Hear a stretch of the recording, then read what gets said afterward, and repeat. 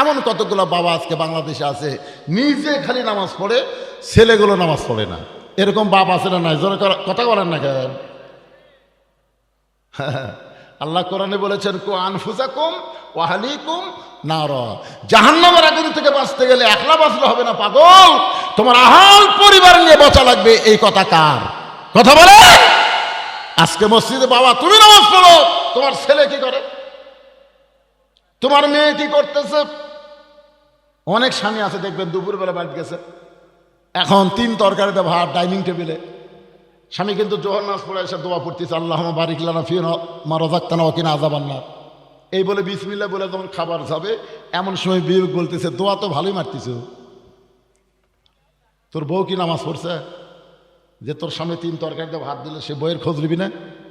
তখন বলতেছে, কে গো, নামাজের খবর কি? গোসলই করিনি।